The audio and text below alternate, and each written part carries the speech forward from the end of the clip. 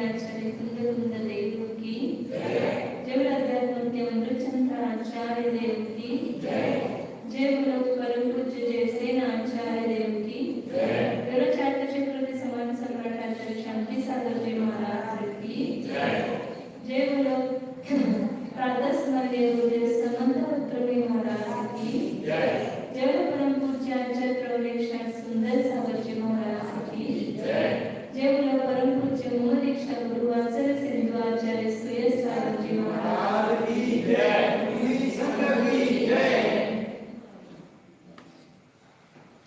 श्री कुंदन आचार्य विरचित प्रवचन सार परमात्मा है। इसमें 214 नंबर की गाथा चल रही है। तीसरा गाथा है श्रावणी के छेद का कारण क्या है ये बताया था पिछली गाथा में, और 214 गाथा में श्रावणी की परिपूर्णता का कारण क्या है। बराबर दोनों अपोजिट है, विरोधी है। तो यहाँ पर परिपूर्ण श्रावणता का कारण क्या है वो बता रहे हैं। जैसे आचार्य की टीका पढ़ने बाकी है। श्रावण्य परिपूर्ण कारणत्वात् स्वशुद्धात्म द्रव्ये निरंतरम अवस्थानं कर्तव्यम् इति आख्याति। श्रावण्य की परिपूर्णता का कारण बना होने से, किसमें कारण बना है? श्रावण्य की परिपूर्णता का क्या कारण? श्रावण्य मतलब मुनिपन, मुनि अवस्था, भावलिंगपन। तो त्याच्या उसमें परिपूर्णता का कारण क्या है?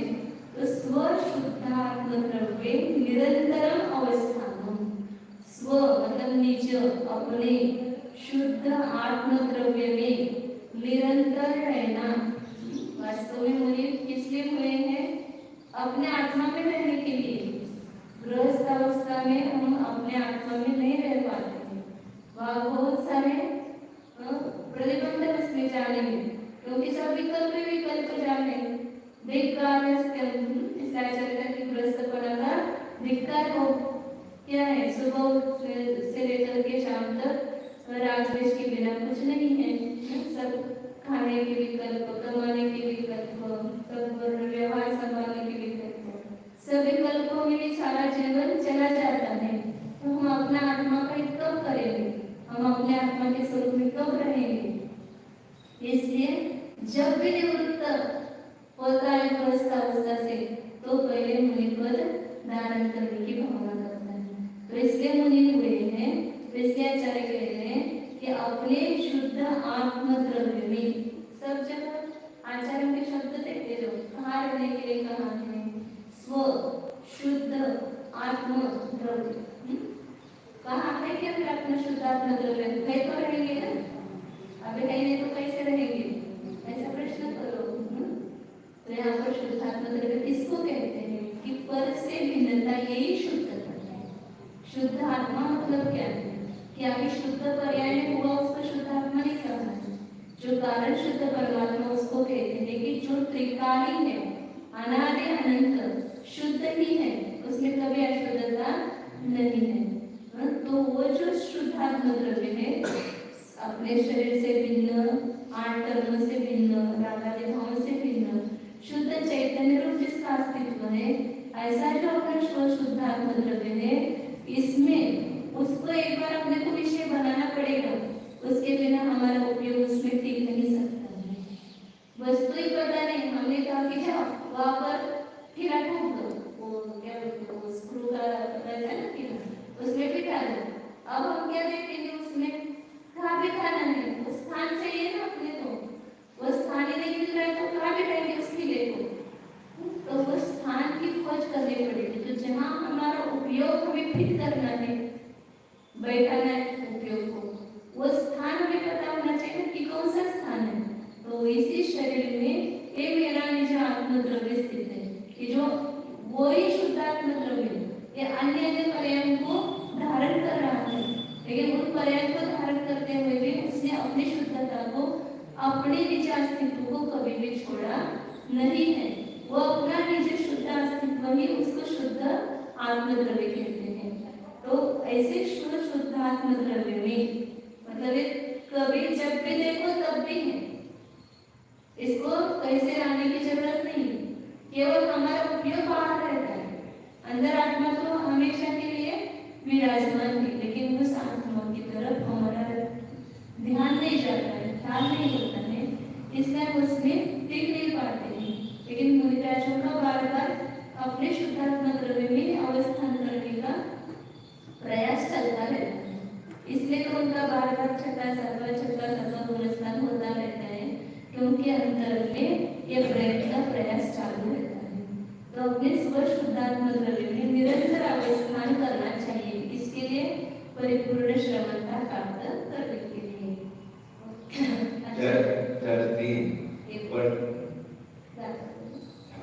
चरते बद्धो नित्यं समणोडानं वेदं शरणोऽहमि पयतो मूलगुणेषु यः जोसो परिपूर्ण सामण्यो।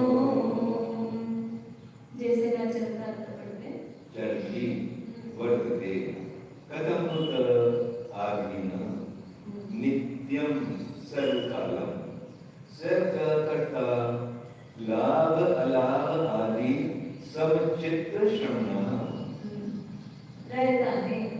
चरती चरती मतलब आचरण करता है, मतलब रहता है। कैसा होकर के रहता है? निबद्ध मतलब आधीन होकर। कब रहता है? तो नित्यम सर्वकाल सदैव रहता है। कौन रहता है? वो करता कौन की जो रहता है?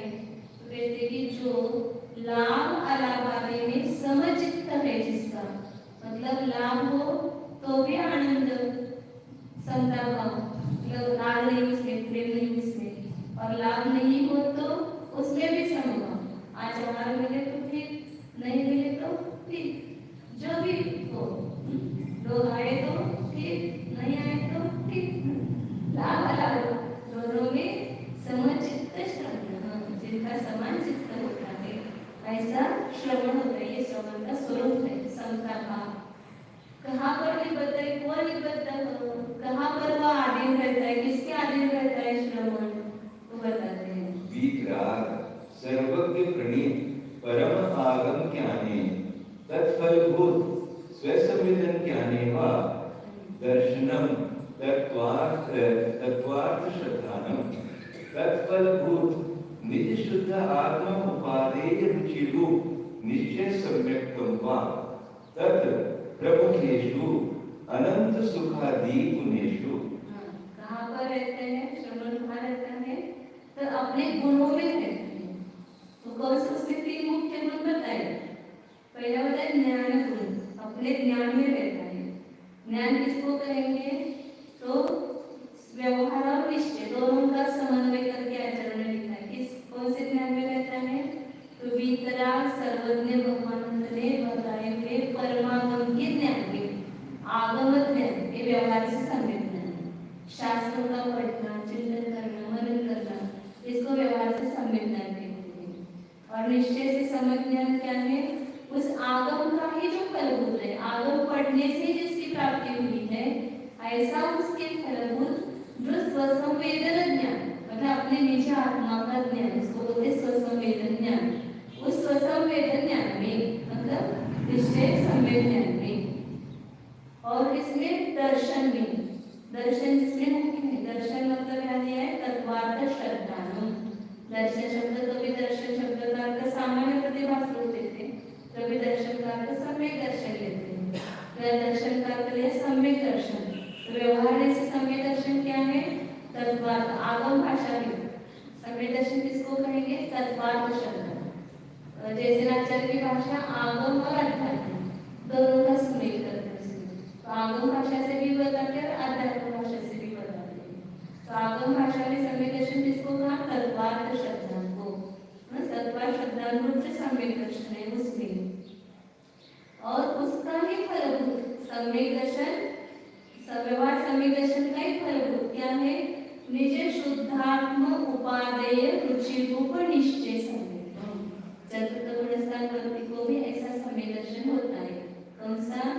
कि अपने निज शुद्धात्मा को ही उपादेय मानना है, उसको ही ग्रहण करने योग्य, ऐसे जिसकी रुचि हुई है, ऐसे जिसके अंदर में प्रकृति बनी है, श्रद्धा बनी है कि मेरा शुद्धात्मा ही मुझे उपादेय है, ग्रहण करने योग्य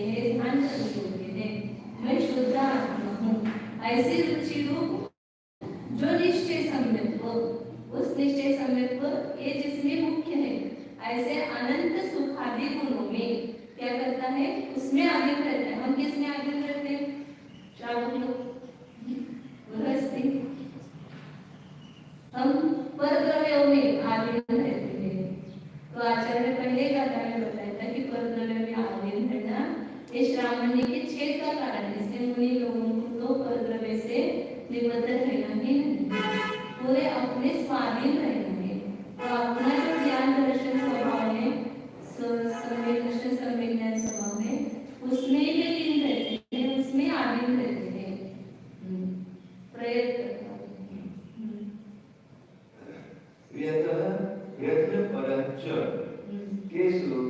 मूल गुणेषु निश्चय मूल गुण आधार परमात्मा द्रव्यवाद। और वे कैसे रहते हैं? प्रयत्नशील रहते, तत्पर रहते हैं। किस में तत्पर रहते हैं? मूल गुणों में। और मूल गुण में अथवा वाकर के लिखा निश्चय मूल गुण का आधार। ये जो ज्ञान दर्शन सुख विद्या जिसके आधार से रहते हैं, ऐसा कौन है? अपना परमात्मा द्रव्य, निज आत्मद्रव्य, उसको ही निश्चय से मूल गुण कहा है। तो निश्चय से जो मूल गुणों का आधार परमात्मा द्रव्य है, उसमें प्रयत्नशील रहते हैं, मतलब उसमें तत्पर रहते हैं। ऐसा जो श्रमण है ये एवं गुण विशिष्ट श्रमणः से परिपूर्ण श्रावण्य भवति इति। ऐसे इस प्रकार के गुणों से विशिष्ट जो श्रमण है वो परिपूर्ण श्रावण, मतलब उसके श्रमण का परिपूर्ण, उसमें श्रावण में दोष नहीं है, निर्दोष।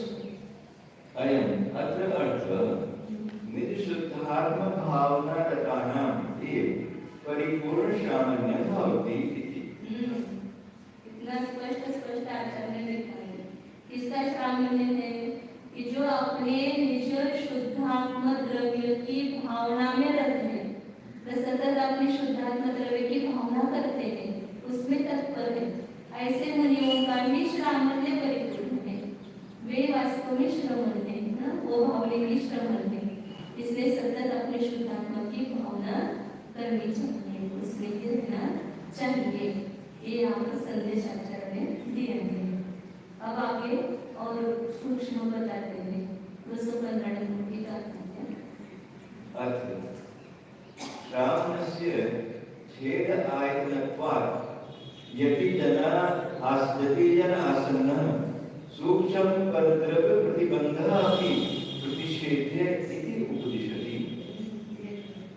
अब स्थूल रूप से उसको जो दोष लगते हैं उसे निवृत्त करने के लिए परद्रव्यों का प्रतिबंध छोड़ने के लिए कहा था। अब श्रावण्य से छेद आयतनत्वात् अपने मुनिपन के छेद का दोष का आयतन होने से, कारण होने से, जो यतिजन आसन्न, यतिजनों के पास रहने वाला क्या है? परद्रव्य प्रतिबंध, सूक्ष्म परद्रव्य प्रतिबंध भी क्या क्या है वो आगे बताएंगे इस गाथा में। आगे उठना, उपवास इत्यादि जो यति लोगों के पास अपने शुद्धात्मा को छोड़कर जो कुछ है वो सब परद्रव्य ही है। और उस परद्रव्य में भी ममत्व भाव करना, उसमें भी आधीन रहना, वो भी श्रावण्य के छेद का कारण हो सकता है। इसलिए श्रावण्य के छेद का कारण होने से यदि लोगों के पास का निकट का जो सूक्ष्म परद्रव्य का संबंध है, शास्त्र शिष्य, ये भी सब पास का परद्रव्य है, ये सूक्ष्म परद्रव्य संबंधी प्रतिबंध है, यह भी प्रतिषेध, ये भी निषेध करने योग्य है, ऐसा उपदेश कर रही है। भक्तेवा कमलेवा, भक्तेवा कमलेवा, आवसरेवा पुणो विहारेवा, आवसरेवा पुणो विहारेवा, उवधिं निवाणि बद्धं, उवधिं निवाणि बद्धं, नेच्छति समनं विविकरं गच्छति समनं विविकरं भक्तेवा समनेवा, आवसरेवा पुनो विहारेवा, उवधिं निवाणि बद्धं,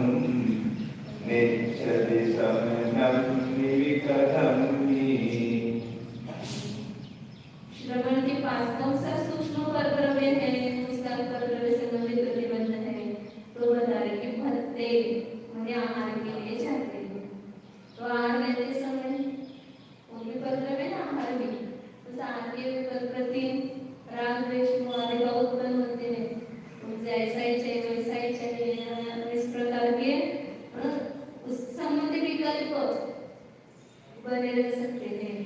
इसलिए उसके प्रति भी वो प्रतिबंध छोड़ना चाहिए। ऐसा करें आहार संबंधी जितना भी लगाव है, आसक्ति है, या जो भी उसमें उसके निमित्त से होने वाले मन की अशुद्धि है, परिणाम की अशुद्धता, इसलिए उस संबंधी भी वो प्रतिबंध छोड़ना चाहिए।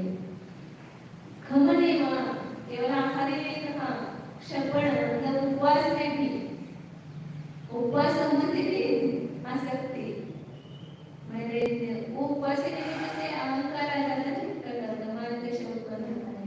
या फिर उपवास करने की प्रति ज्यादा ये अपने शरीर में छेद हो रहा है, उधर अपने आवश्यक कार्य नहीं हो रहे, स्वाध्याय नहीं हो रहे, ध्यान नहीं हो रहे, और हम चल रहे हैं, इतने उपवास हमें करना ही है, तो सब उपवास संबंधी सुधा प्रतिबंध है वो, उसको भी छोड़ने के लिए। हाँ, उपवास किस लिए करते हैं? अपने शुद्धोपयोग के लिए।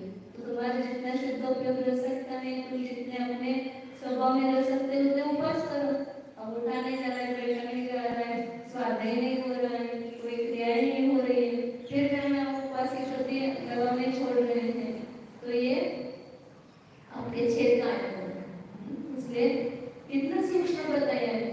परद्रव्य बाहर का तो घर गृहस्थी इसका तो छूटी है, वो तो करना ही नहीं है, वो तो स्थूल कर्तव्य प्रतिबंध है।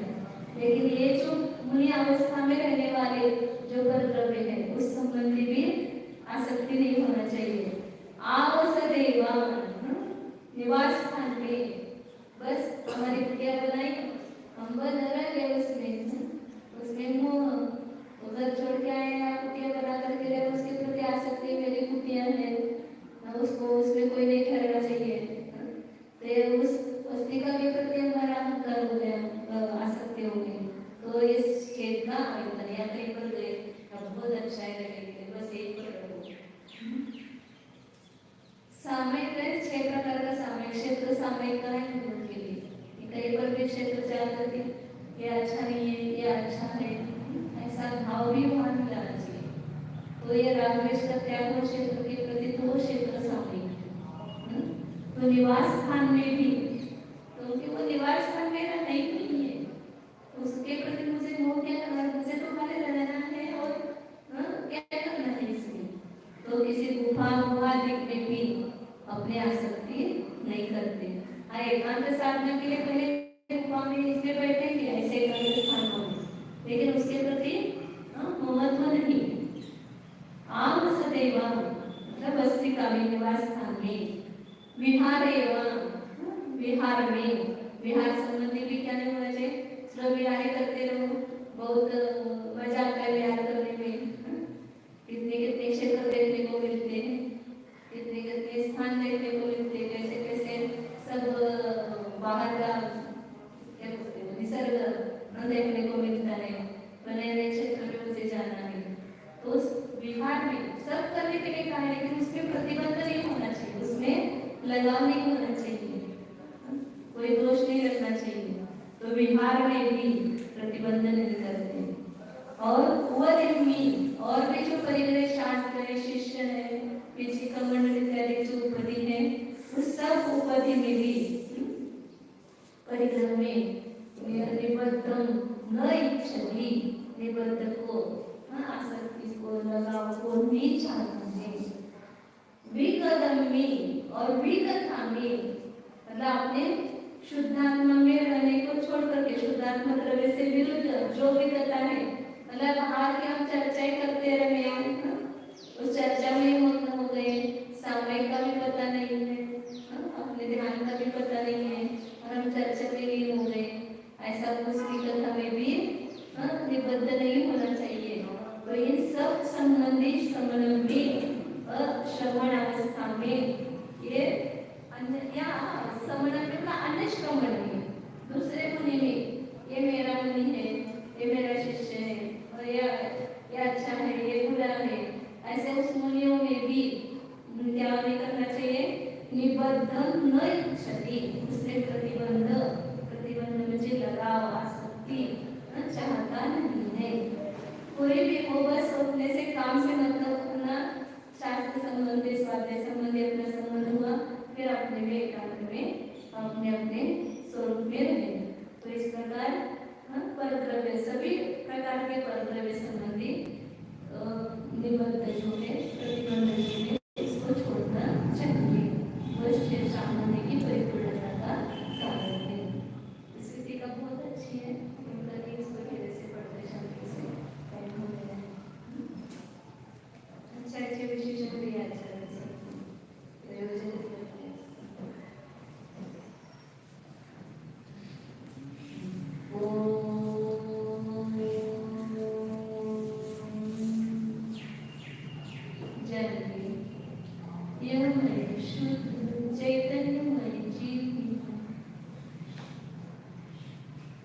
अपने को देखिए,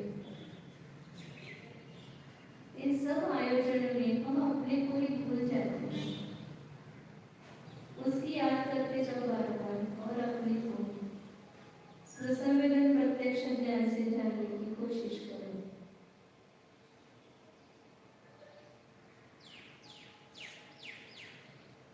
मैं शुद्ध चैतन्य में वस्तु हूँ।